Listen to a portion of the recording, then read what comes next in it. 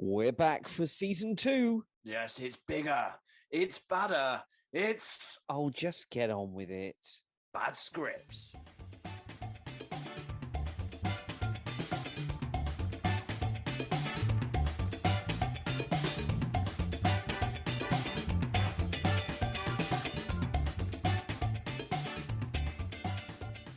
Hello and welcome back to Bad Scripts Presents The Last Resort. Steve Jones here, as always. And guess what? Guess who's joining me? Yeah, you guessed it. None other than the illustrious, the downright sexy, Mr. Mike Garlia. Good evening, Mike. Good evening, Steve. How are you? Oh, I'm all good. I'm all good. And you? Well, I am happy. Yeah, I'm fine. I'm happy to report that I am alive. I am well, and looking forward to another rip-roaring episode of Last Resort. Absolutely. I mean, last week's episode, or the last episode that we put out, that was a little bit. There was a lot of tension there. It was very tense, a lot of drama, a lot of anguish, a lot of conflict. Felt like everything's building up a little bit at the moment. I think we write what we know, and that's probably our lives at the moment. Is it not? Are we just are we just replicating our lives in the scripts in the story? Maybe there's a little overspill there. Maybe that's what's happening. But you know, hey, I think that's how stories go though sometimes, isn't it? You have the tension, and then you have the comedy, and then the resolution, and the It's a dramedy, isn't it? And there's a fine line between comedy and drama. And I suppose for us, it's trying to toe that line a little bit and not go too much into the dramatic, because that's always fun to write. But, you know, you're right. We're at that point in the story where you have to bring some conflict in. Otherwise, it just gets really samey and really boring. And you know, it was a conversation we had over the weekend while we were talking about this amusing. And we have so many characters and so many accents that even I am getting lost now. I can't remember what one person sounds like to the next. It just they all start to merge and blend, and especially the ones that don't have a very strong accent. So I've been made very well aware that Wayne has changed quite dramatically over time in terms of his accent, and now I play him quite straight, and he's quite similar to my voice. But yeah, we can't introduce too many new characters because we just are running out of accents to put in there that we can do. Steve, so it's not that we're running out of accents. There's still plenty to go on. It is we are now testing the limits of what accents we can actually pull off. I think we tested that about 6 months ago and we failed miserably. I'll never get over that one. And I don't know if you've noticed this, and maybe it's come through consciously or subconsciously, but that time where I had to deliver a Geordie and a Scottish and a Welsh accent all in the same scene. Have you noticed we haven't written any scenes like that this time round?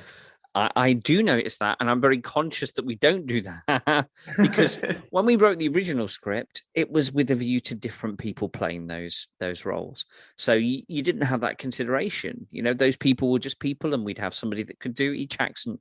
We never conceived of the idea that it would be just me and you doing a table read and getting through the script and trying to convey the situation. So I think this time round, we have an awareness that when we're doing this, that also you and me are at the brunt of this. So we have to do what we can do. You've got to be self-confident with it.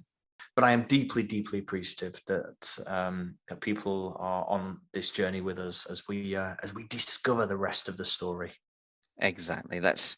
So, Steve, I had another kind of revelation this weekend as well. Oh yeah. Well, it's not a big one. It's that thing that happens every single time. You know, I'll put it in smaller context. I don't know if you've ever done this, where you turn around to someone and you go, "I can't believe it's Thursday," or "I can't believe it's Friday," or "I can't believe it's Monday." Have you ever kind of used that terminology? Pretty much every day. Yeah. Well, I'm always the first, right? Because you know what I'm like. When, you know, I answer really sarcastically when people ask me questions like, you know, a common thing when you're away is, "How did you sleep?" And normal people answer that question. I usually answer it with lying down, because that's the fact, that's what I was doing. But I did that thing where I literally turned around Sunday and went, "I can't believe it's May already." And I said it in a way that made myself laugh because, well, it's been like coming along for the last 4 weeks, and then I'm suddenly surprised that it's May already. But where is the time going? It is May already, and we started in February. Exactly. And I think, well, the point being that we started in March, but that's not the point. The point is that you're writing the date down nearly every day, aren't you? And then you're still surprised that the time is passing. It's like, well, you shouldn't be. You've literally been watching it count down. But anyway, it's May now at time of recording. The weather's starting to improve. And, everyone's thinking about holidays and summer and fun. And it's about that time of year, way back then at Camp Holidays. And they're getting ready for, their brand new summer season. They've had the religious festival that kicked off in last week's episode. But we had the devil worshippers visiting too at the same time, so there was a chance that they might go a little awry, but nothing kicked off majorly. So I think they just managed to scrape through that one without any major issue there. On that, maybe just maybe we should dip in now and find out what's happening down on Camp Holidays. Let's go. Interior, entertainment's office, night. The office is completely empty, apart from Bernie, who is sat at Mark's desk. He sits staring at a piece of paper and has a look of desperation on his face. He periodically and frankly scratches elements of the sheet with his pen. Come on, Bernie! Find that inspiration! Bernie looks around the room before getting up and walking around, pacing back and forth, deep in thought. He sighs and goes back to the desk, chewing on his pen. Think, goddammit, come on! Bernie stands up again and starts pacing, turning and shuffling around the office. What makes an amazing show? Cluedo the musical? An Evening with the Stars? Maybe Matthew Kelly presenting? No. Too holiday reppy. Time-traveling Teletubbies, the musical? Oh no, impossibly terrible. We'd never get the rights. Bernie pulls out his little black book and begins flipping through the pages, still talking to himself. Lizards from Outer Space, Bean movie nostalgia, Shorty and the Gems, a Willow spin-off musical, Heidi High on Ice. Bernie sits down and looks at his watch. Oh, they're all shit. A show for working class cretins. Something the whole common family can enjoy. I know, Spartacus by the Sea. Bernie throws his book across the room and in frustration pushes a pile of paperwork across Mark's desk, which sprawls out in different directions. His eyes are drawn to a piece of paper. On the page it says, Camp Holidays Centenary. He picks up the rest of the script and smiles broadly, standing up from the desk. Oh, Bernie, you sly dog. Bernie leaves the office, head held high and whistling a show tune as he swaggers down the corridor. So, Bernie. Do you have a favourite? Do you have a favourite show from what you said there? I'm not sure what the Shorty and the Gems is. I've never heard of Shorty and the Gems, so I guess that's one that that intrigues me somewhat. I think that I don't know what that is. I think it just sounded funny, Shorty and the Gems. Yeah, and it kind of does, I suppose. But I think best left alone and not to explain, to be honest with you. I thought it was some sort of bizarre 80s Saturday morning kids TV show. Now that could work. Shorty and the Gems. Yeah, it could be like, what, like a Gems people or are they? Well, they could be like, like the Power Stones from Marvel or something. Yeah, it could be anything. Shorty and the Gems. I quite like the idea of Spartacus by the sea. Well, yeah, I'm not sure, or I'm not Sword Spartacus. and sandal epic based on the life of Spartacus with an element of the sea involved, maybe Right. even on ice. The And sea on ice. Wow. Well, we just take it to the Arctic and go with that. what, like a no. What about like a giant iceberg? But it's centered around the life of Spartacus, except it's played out on an iceberg with the Titanic on the way. Right. So, and so the end, the crescendo is when the Titanic crashes into the iceberg and they all fall off and die. And it was completely frivolous. All the action that's taken place is just completely destroyed by the fact It that, builds up to that story. And when Titanic, which can speak, by the way, a bit like like a transformer, or yeah, or like Budgie the helicopter. like Budgie the helicopter, Titanic can speak. He says, I want to know. Yes, he challenges everyone and says on the iceberg, says, I want to know why you hit me. Give me a name. And that's where everyone goes, I'm Spartacus. No, I'm Spartacus. No, Amazing. yeah. And I he's think so blown away by this Royal Shakespeare Company level of performance that he literally just sinks to the bottom of the ocean. he literally bows down. Hey, I see what you did Thank there. you very much there. Well done, sir. I get a little round of applause for that one. Well Thank done. you. No, but we have we have Jesus Christ Superstar. Why can't we have Spartacus by the Ice Sea? I think. Well, look, if anybody out there wants to approach us for a deal on that one, just let us know. We'll crack on with that.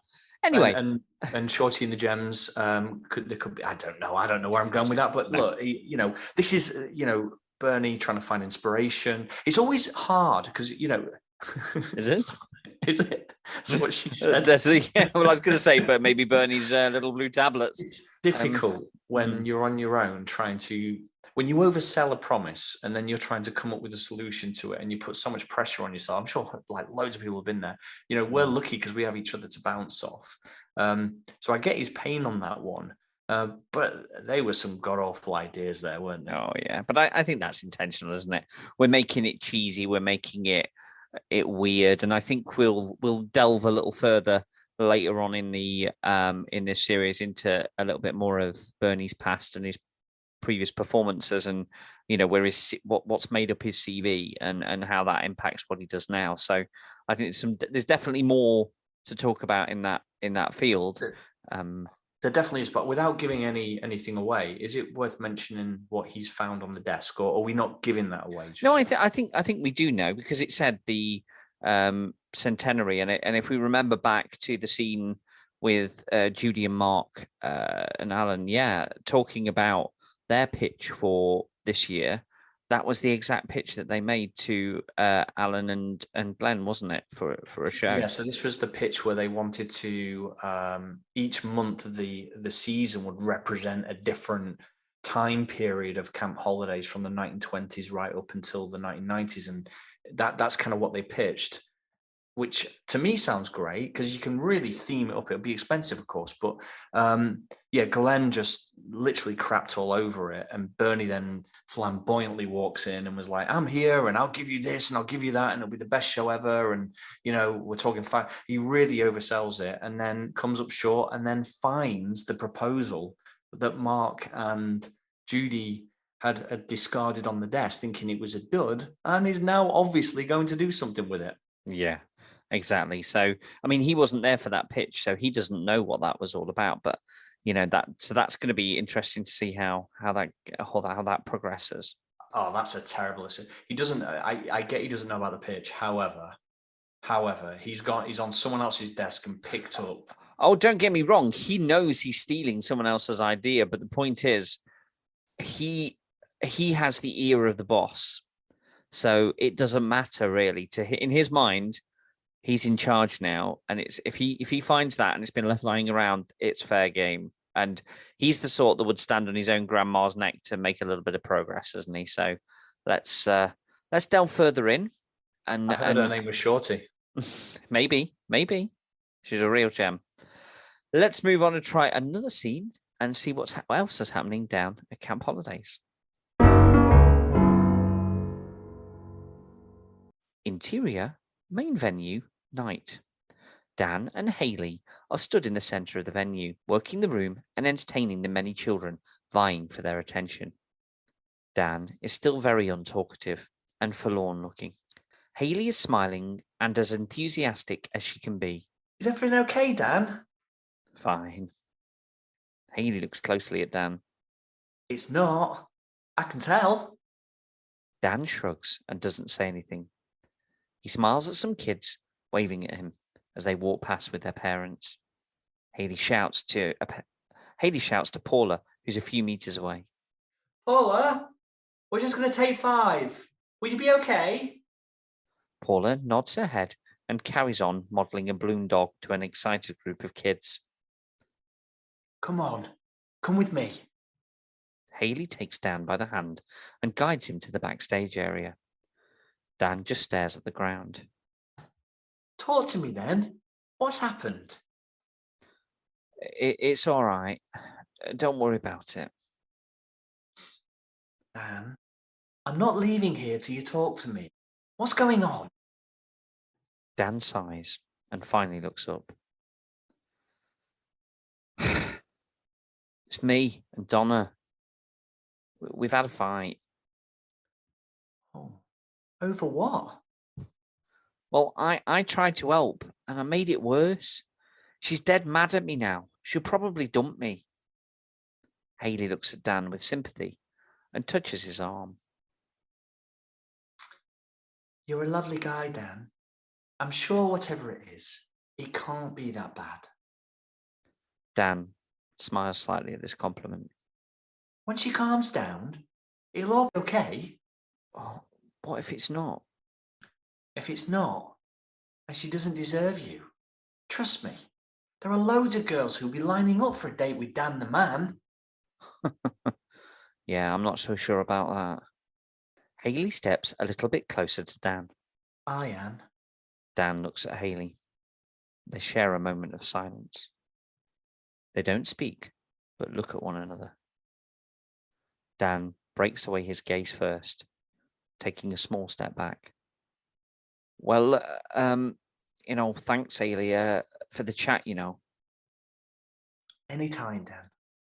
Now, let's hug it out. Hayley steps in and hugs Dan, who reciprocates. Oh, aye?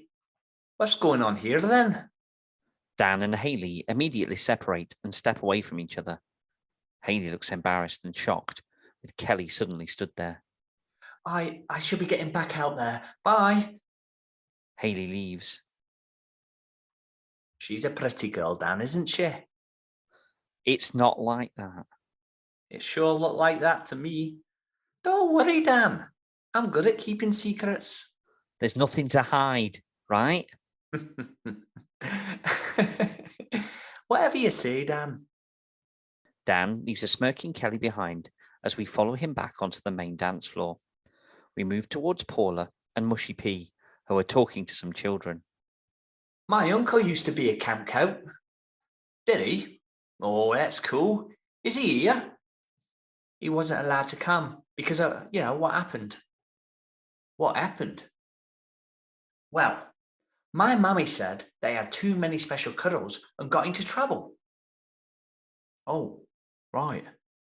But it must have been really funny because he had to go into the hospital. My daddy said he got the clap. Eh? I hope I get the clap one day. I like clapping. Do you? Mushy P tries not to laugh. Shall we clap now? Why not? They both smile and start clapping.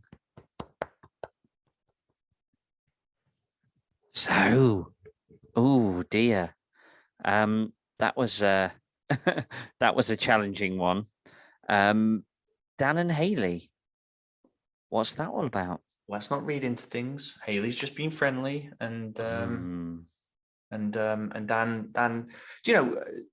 She's the only one that's asked Dan actually how he is. She's the only one that is directly asked him, "How you doing?" All these so-called friends haven't bothered their ass at all, and all self-consumed with their own lives and what's going on, that they've just not noticed that Dan is not himself. So, of course, she's dangerous territory. I can't deny that. And perhaps Kelly interrupting was a good thing. I don't know. Well, like you say, maybe there was a moment, but I can't see Dan doing that. He's far too in love with Donna to go there. But it's interesting to see somebody approach him in that way. He's not used to that kind of forward behavior. Not since Kelly last season, when she, after her rebuttal from Adam, and she took refuge in the arms of Dan when he offered her that cigarette. So you do wonder. And on your previous point that you can't see Dan doing that, I'm sorry to tell you this, Steve. We are the writers, and he will do as he's goddamn told. I will fight his corner. I will fight you. I will fight anybody. He's everyone's favorite. We got to take that sheen off a little bit and just mucky him up a bit there, don't we? I totally forgot about that. The fact that Kelly and Dan were once a thing, and then Kelly got quite nasty to Dan in that previous season. So all that hang up is still going through there. I forgot. It's always in the back of your mind, really. But yeah, who knows what might have happened had Kelly not turned up, but also the consequences potentially of Kelly turning up. Well, we've already seen how much Kelly is putting probably her anger with Sam, because Sam's not there anymore, onto Donna, because she's the closest thing to Sam that's there, and she can punish her friends for standing by her. And seeing this is that's like gold dust to someone like Kelly, isn't it? She's thinking, great, I've got this leverage now. I can have Dan eaten out of the palm of my hands. I saw what I saw. It was nothing, or was it? I guess we'll just have to wait and find out. Well, wouldn't you like to get hold of Kelly's diary? See all the dirt and the gossip, it's just amassing dirt on everybody. Exactly.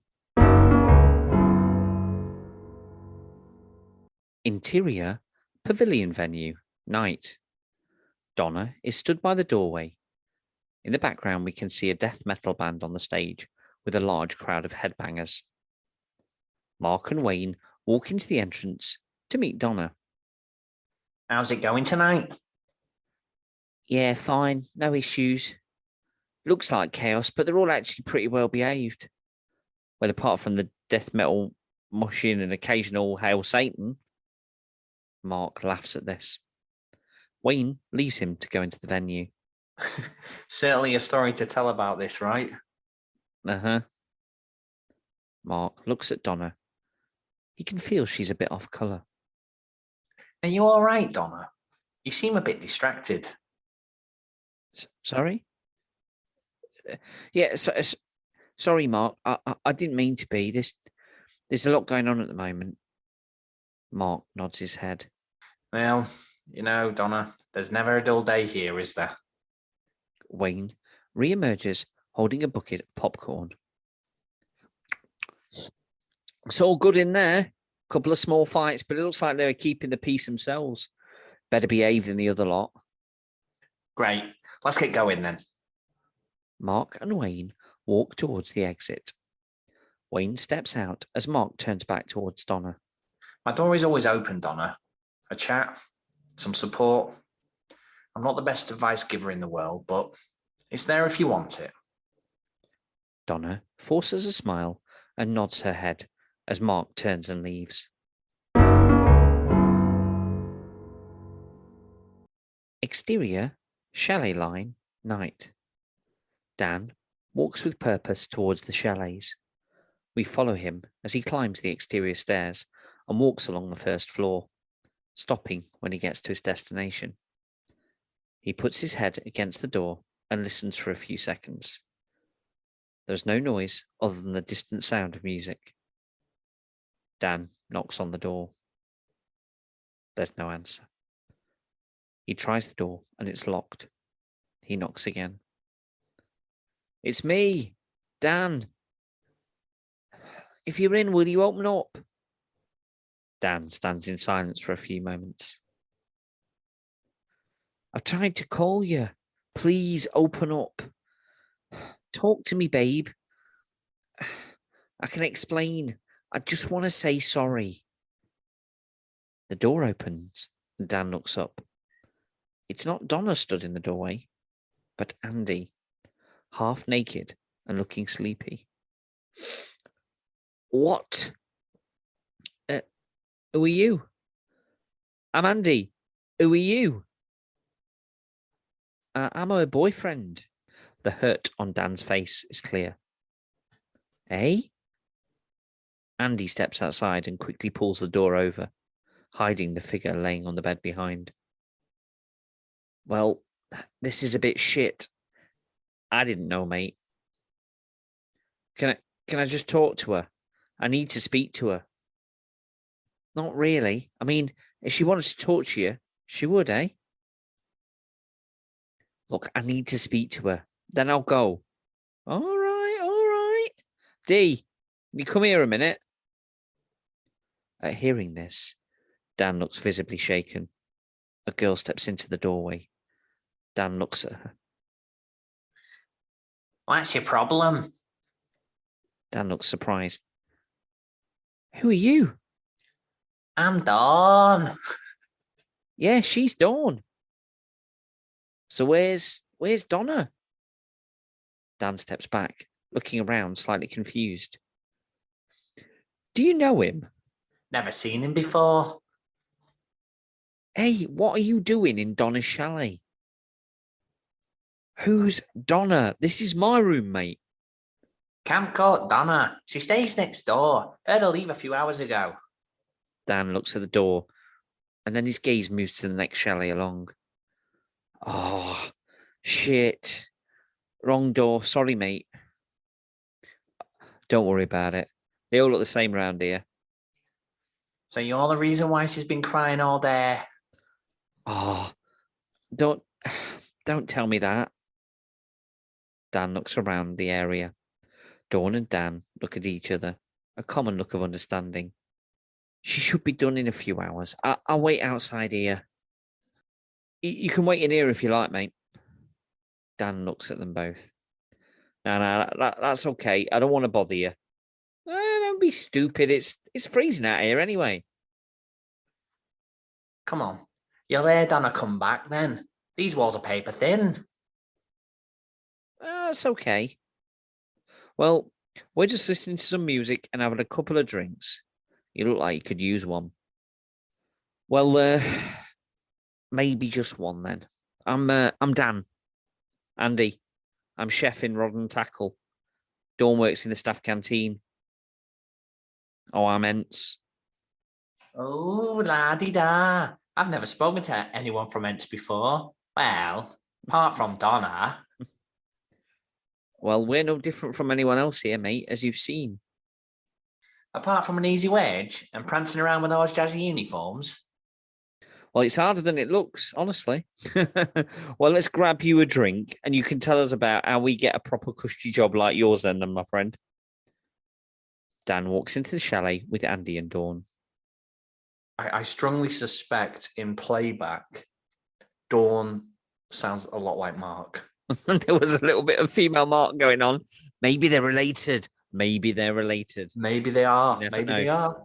These things can sometimes be a little insular, can't they? Because people go, oh, I know somebody who could do that. Or I know, and they get them, you get your mate a job and they come and do the work in the staff canteen. So let me ask you this, Steve. In your experience, in your background, have you ever gone to the wrong door and a case of mistaken identity? 100%. 100% I've done that. And you knock there, and then the moment they open the door and you realise it's the wrong place because everything's different. But, a part of you just sort of dies inside and you go, I'm sorry, wrong door. But Dan's so consumed by his upset, I think that's why he's not registered at first, that's not Donna's place, where he's obviously stayed over there because they're together. They've bunked together. They've, the likelihood is at some point they would have, stayed together at the guest apartments they were in over the closed season. So, he's obviously a regular there, but just his upset has kind of knocked his concentration, I think. What about you, Mike? Have you ever turned up at the wrong door and you had any consequences of that? Yeah, yes, I have actually. Only once it's happened. So I was meeting this girl at a chalet, and as you'll remember, all of the we used to call them the lines, the chalet lines, because that's what it looked like. They all looked completely and utterly identical. It's just row after row after row after row. Now, for anyone that's been to the old style camp holidays, there used to be the guest accommodation, which then became the workers' accommodation, which is what we took. And I do remember going to meet this girl on the promise of a bubble bath and some wine. Nice. Now, the reason why that was so important was because we lived in a caravan and we only had a shower. We didn't have such a thing as a bath. So having not had a bath for so long, I was really excited by the prospect of joining this girl and having a bubble bath with it. I think it was my idea, actually. I think I said, and she went to the shop and specifically bought bubble bath. And I'll come back to that point in a minute. Anyway, I lost a bit of paper with her address on it. And I walked up and down the lines for ages trying to find the right one. And I knocked at a few doors and I didn't find her. And after about 45 minutes, I got fed up and gave up and just came back. Came back. And then no, it got worse. It got worse. So I then had to avoid her. So I felt so bad for standing her up. So then I just figured the best way of handling that would just be ignore the situation. But I was ducking and weaving around. But she worked in the main shop. Oh gosh. The place I would go to every morning for a bottle of orange juice and like a cheese and ham croissant thing. So I couldn't do that either. But I do remember seeing someone she worked with who asked me why I was avoiding her and stuff. And I just, for some reason back then, I just didn't think of explaining myself, saying I lost the address. I didn't have a number. I couldn't find it. So I gave up on land. And a genuine explanation. But you know what I actually said instead? Go on, tell me what lies you peddled. I said the worst thing. I said, well, to be honest with you, she's really nice and I really, really like her, but I know she's going back to university in a few weeks. So I'd rather not get attached, so I didn't turn up. I actually said that for some reason over just losing a bit of paper. And I've often regretted that because, I was really looking forward to that bubble bath. But she was out of pocket because she did buy a very expensive bubble bath, apparently. Was it like a proper Radox job, was it? Oof. I don't know because I wasn't there, but... yeah, that was that a short-lived romance done. And what interested me the most there, Mike, I think, was that your excitement was more about the bubble bath than the girl you were sharing the bubble bath with. So I think, that said a lot about you, how you really felt about that girl, I think, in the long run. Steve, of course, it's a bath with bubbles in it, and I love a good bath, and I know you do too, because you call me from your bath quite a lot, to be perfectly honest with you. Yeah. I've never done that with you. I've never called you from the bath because that's alone time, but you like to have a chat in the bath, and that's fine. Yeah. But yeah, back then it was incredibly, incredibly alluring. I just didn't think it through properly. I couldn't find her, and then I lied about it. And to this day, I'm sorry. If you're listening, I'm sorry. Let's get that bath sometime. So if anybody would like to share a bath with Mike, then please drop us a note on email or via our social media at Bad Scripts on Instagram or at ScriptBad on Twitter. Exterior, chalet lines, night. Much later, an exhausted Donna climbs the outdoor steps and steps onto the first floor of the chalet block. She rummages inside her bag and finds her keys, passing Dawn as she reaches her room. All right. Yeah. She puts her key in the lock and opens her door. Dawn is puffing on her cigarette as she turns and watches Donna. That fella of yours thinks a lot of you. Donna steps away from the door and turns to face Dawn. Dan? What? Yeah. You seen him? Seen him? We can't get rid of him. He's sleeping in there. Been waiting for you all night.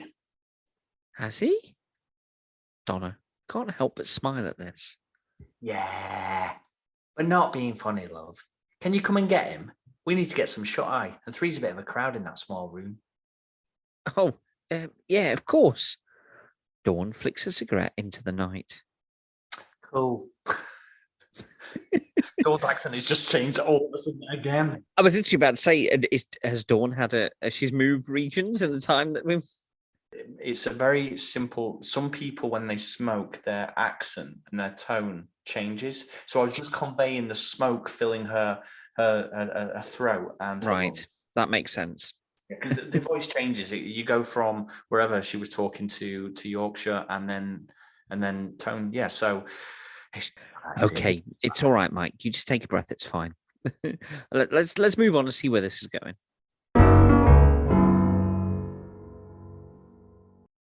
Interior, Donna's chalet, night.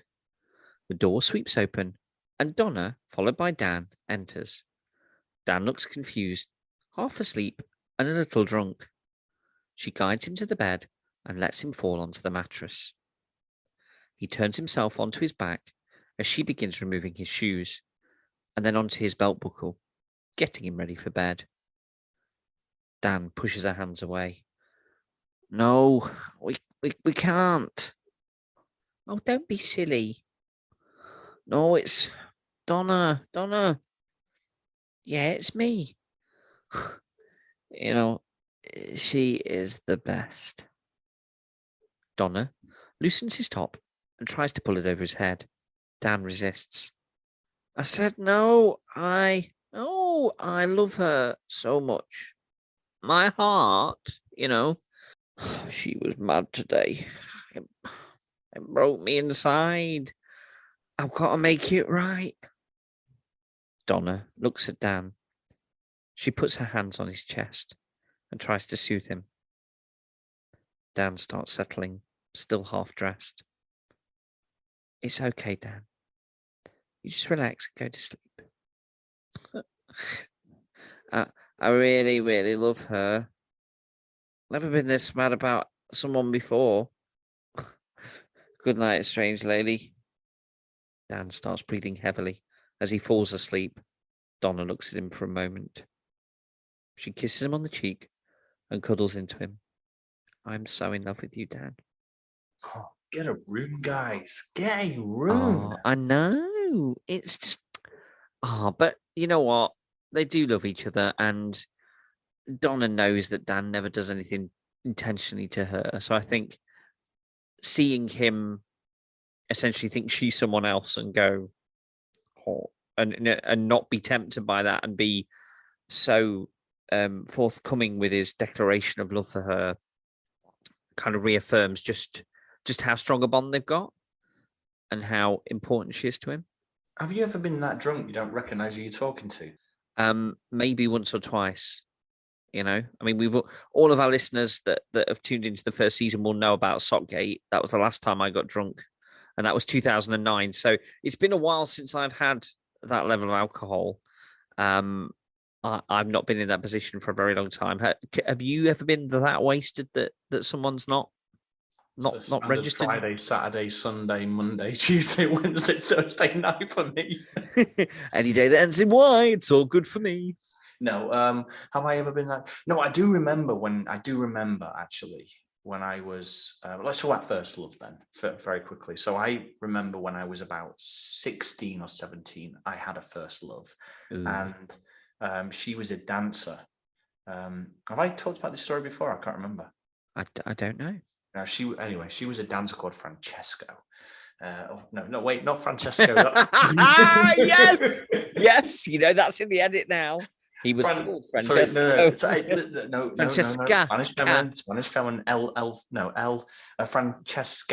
Actually, Francesca. And whether that was a real name or not, I don't. But she was. I remember getting really, really drunk at a house party, and then being sick on my own legs. And I've got this memory of being sick on my own legs while everyone watching me. And she was there at this party too. Were you sat down? While I'm sat down in the garden, you puked on your own lap. Nice. Yeah, and classy. And declaring my undying love for her, and saying I really love her and she's my everything. And she apparently she was there, but I couldn't see her. And I can't remember who the hell I was talking to. There was a gang of them all watching me. This is embarrassing, isn't it? I don't think I've ever talked it out loud before.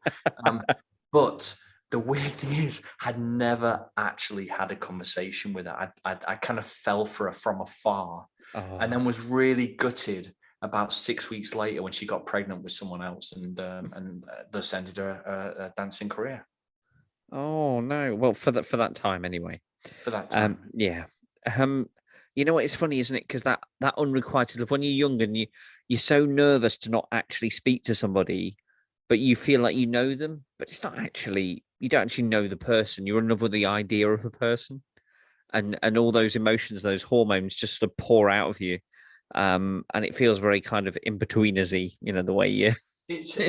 Well, that's the thing they've got right, really, because it is true that your hormones are all over the place. You're trying to find yourself in the world, and it's the first bit of independence you get as well. Where suddenly you're going to a few parties. When I was in, kind of like acting school at the time, as you were, though we didn't know each other, and you suddenly, you're getting this. You're being treated like adults, which from school when you treat like a child, you're being treated like that, and it just plays with your mind, and suddenly all the rules. But I do remember seeing her for the first time. I was doing a show in a theatre, and it was like a 24-hour mad show where you basically get the scripts and you got 24 hours to learn the entire show before it goes out on the Saturday night, so it starts on Friday. And I got a lead and role in it, and I was like, it was my first kind of like, I passed the audition, and I was so happy, and I really thought this would be it. Like, she would be into me, because super impressed. Yeah. Super into. No, do you know what? I don't think even when I was being sick on my own leg, she knew I existed, to be honest with you, because I just hadn't gone up to her and said hello or introduced myself or anything. I'd seen her across the other side of the room and just thought that, oh, you're the one for me. But it turned out, alas, I wasn't the one for her. And you know what? She missed out. That's all I can say. As your best friend of 20 odd years. She made wrong choices. If she'd come with me, she'd never have got pregnant. I'm just kidding. Not the way you do it. No, definitely. And on that note, I think we've had our time for this week. It's been a roller coaster ride. We found love again in Dan and Donna. Kelly may have a little bit of ammunition to possibly put the kibosh on that again. We'll have to see how that plays out. So I guess until next week, there's only one thing we can do, and what we do every week, is we have to turn to Mike and ask him for his thoughts of the week. So Mike, what are your thoughts of the week this week? My leaving sentiment is this: when you're having a bad week and work's not going great or life's not going great, just look at yourself in the mirror and say these words: I am Spartacus. On that note, thank you for joining us. Stay tuned for more coming very, very soon from all of us here at the Bad Scripts Podcast. Have a great week and goodbye. Bye. Bad Scripts was written and performed by Mike Garlia and Steve Jones, a Beach Tide production.